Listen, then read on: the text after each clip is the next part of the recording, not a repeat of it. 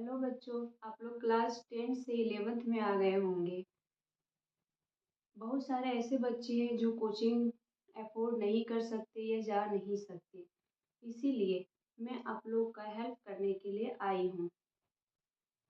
Class 11th में जो biology subject जो स्टूडेंट लिए हो उनके लिए यह वीडियो बहुत हेल्पफुल होगा। चैप्टर बायोलॉजी की क्लास 11th के बायोलॉजी बुक जिसमें 5 यूनिट है। 5 यूनिट में पहला unit diversity in the living world है, जिसके अंदर 4 चैप्टर आते हैं। Chapter 1 the living world, chapter 2 biological classification, plant kingdom, animal kingdom.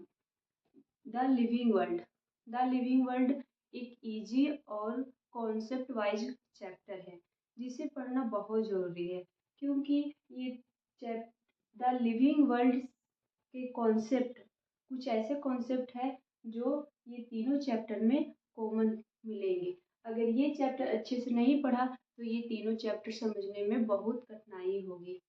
इसीलिए हम अच्छे तरीके से ध्यानपूर्वक ये चैप्टर को लर्न करेंगे। The living world, the living world, biological classification, plant kingdom, animal kingdom. सबसे पहले हम ये जानेंगे कि यूनिट का मतलब क्या है।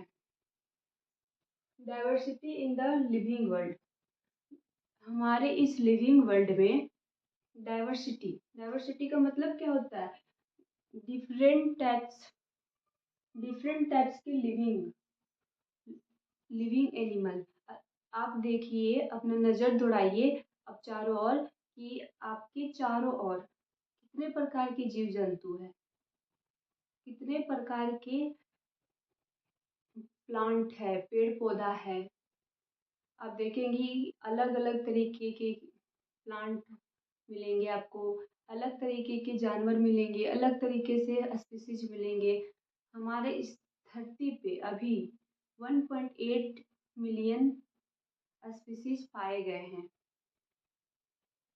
द लिविंग वर्ल्ड चैप्टर 1, जिसमें हम पढ़ेंगे the living world. Living world जो हमारा एनसीईआरटी में है, उसमें what is living, diversity in the living world, taxonomy category, taxonomy aids, ये सब टॉपिक दिए हुए जिनके बारे में हम एक एक करके जानेंगे। व्हाट इज लिविंग, लिविंग क्या है?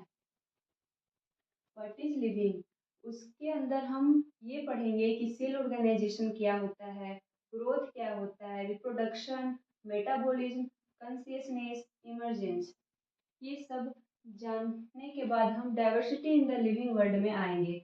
उसमें उसका प्रोसेस जानेंगे लिविंग वर्ल्ड, उसका बेसिक टैक्सोनॉमी क्या होता है, इसका बेसिक क्या है, ये है क्या, इसका यूनिट क्या है, ये सब के बारे में जानेंगे। इस टैक्सोनॉमी जब हम पढ़ेंगे, टैक्सोनॉमी को अच्छे से डील कर लेंगे, उसके बाद हम आएंगे कैरेक्टराइजेशन। कोई भी स्पीसीज अगर मिला उसे हम कैसे कैरेक्टराइज करेंगे, उसकी आइडेंटिफिकेशन कैसे करेंगे, उसको क्लासिफिकेशन कैसे करेंगे, उसको उसे नाम कैसे देंगे।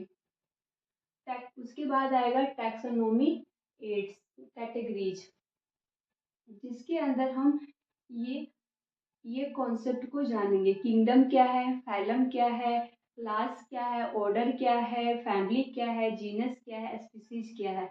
अगर हमें कोई स्पीसीज मिलता है तो सबसे पहले हम उसका स्पीसीज के बारे में जानने की कोशिश करते हैं, उसके बाद जीनस में आते हैं, उसके बाद फैमिली, उसका फैमिली क्या है, उसका ऑर्डर क्या है, उसका क्लास क्या है, उसका फाइलम क्या है, उसका किंगडम क्या है। जैसे हम लोग आते हैं एनिमलिया किंगडम में, इसी तरह प्लांट आते हैं प्लांट किंगडम में। टैक्सोनॉमी कैटेगरी में हम कैसे कैटेगराइज करेंगे एनिमल्स को, स्पीसीज को, वो बताया जाएगा। टैक्सोनॉमी एड्स में, टैक्सोनॉमी एड्स एक प्रकार की रिटर्न या फिर प्रिजर्व ऑर्गेनिज्म होते हैं। टैक्सोनॉमी एड्स, टैक्सोनॉमी एड्स क्या है? उसके अंदर हम दो तरह से क्लासीफाई करेंगे कोई भी ऑर्गेनिज्म को, जिसमें स्पेसिमेंस हो, जिसमें स्पेसिमेंस नहीं हो। जैसे herbarium.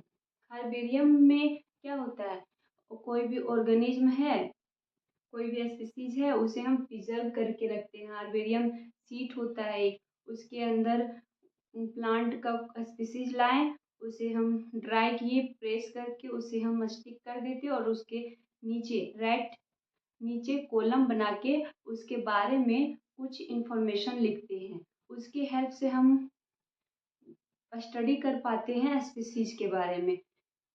Botanical garden. Botanical garden होता है कि अगर हम कोई भी प्लांट के बारे में अगर जानने की कोशिश करें तो हम बोटनिकल गार्डन जाते हैं। उसमें स्पीसीज को लाइव फॉर्म में रखा जाता है। जैसे कोई भी पेड़ लगाया गया है तो उसके उसके उस पेड़ में एक बोर्ड स्टिक कर दिया जाता है, उसका इंफॉर्मेशन, उसका साइंटिफिक नेम, उसे कौन डिस्कवर किया, उसके बारे में बताया हुआ रहता है। उसके हेल्प से, बोटनिकल गार्डन के हेल्प से हम स्टडी अच्छे तरीके से कर पाते हैं किसी प्लांट ऑर्गेनिज्म का। म्यूजियम। म्यूजियम में बहुत सारे ऐसे म्यूजियम हैं जहाँ पे हम एनिमल को प्रिजर्व करके रखते हैं। जो लुप्त होते रहते हैं उसे हम प्रिजर्व कर लेते हैं ताकि हम अच्छे तरीके से स्टडी कर सके, बच्चे को पढ़ा सके, बच्चे को दिखा सके। बहुत सारे साइंटिस्ट लोग उसके हेल्प से अपने मॉडल को नाम देते हैं। Zoological park. अब बहुत सारे बच्चे लोग हैं जो जू जाते होंगे, वहाँ पे देखते होंगे हाथी घोड़ा और भी बहुत सारे हिरन, एलिफेंट, लायन, टाइगर, बहुत सारे ऐसे स्पीसीज होंगे जो वहाँ पे मिलेंगे आपको। तो जूलॉजिकल पार्क में सरकार वैसे ऑर्गेनिज्म को रखता है जो लुप्त होने के कगार पर हो। उसको हम पढ़ेंगे कि एक कॉन्ट्रास्टिंग कॉन्सेप्ट है, स्टेटमेंट है, जिसे हम जिसके बारे में आगे हम पढ़ेंगे। Ads without specimens. विदाउट, इसमें तो स्पेसिमेंस रखा हुआ है। अगर हम बात करें हर्बेरियम का तो उसमें प्लांट जीवित है, लगा हुआ है। बोटिकल गार्डन में भी, सॉरी, हर्बेरियम में प्लांट सीड के रूप में रखा हुआ रहता है प्रिजर्व करके, और बोटनिकल गार्डन में प्लांट लाइव रहता है। म्यूजियम में एनिमल प्रिजर्व करके रखा जाता है। जूलॉजिकल पार्क में एनिमल को लाइव रखा जाता है ह्यूमन के केयर में। और की में कॉन्ट्रास्टिंग की, जैसे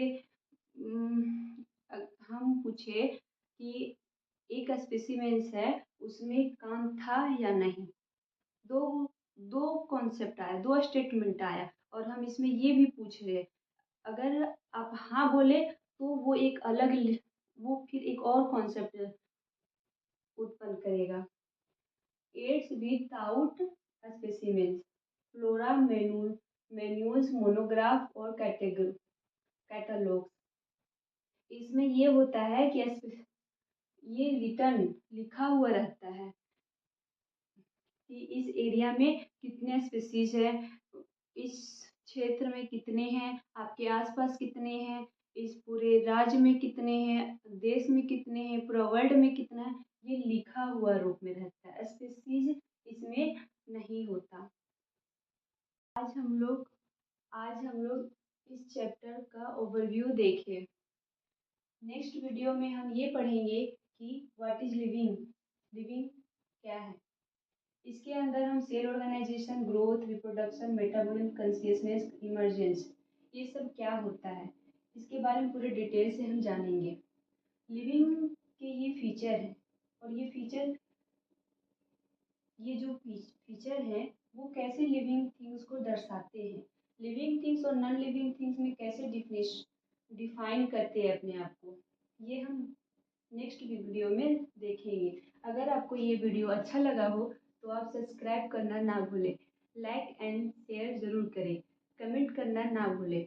आप कमेंट करेंगे तो हमें ये पता चलेगा कि ये चैप्टर आपको कितना समझ में आया या हेल्पफुल रहा।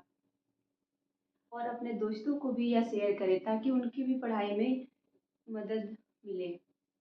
Thank you.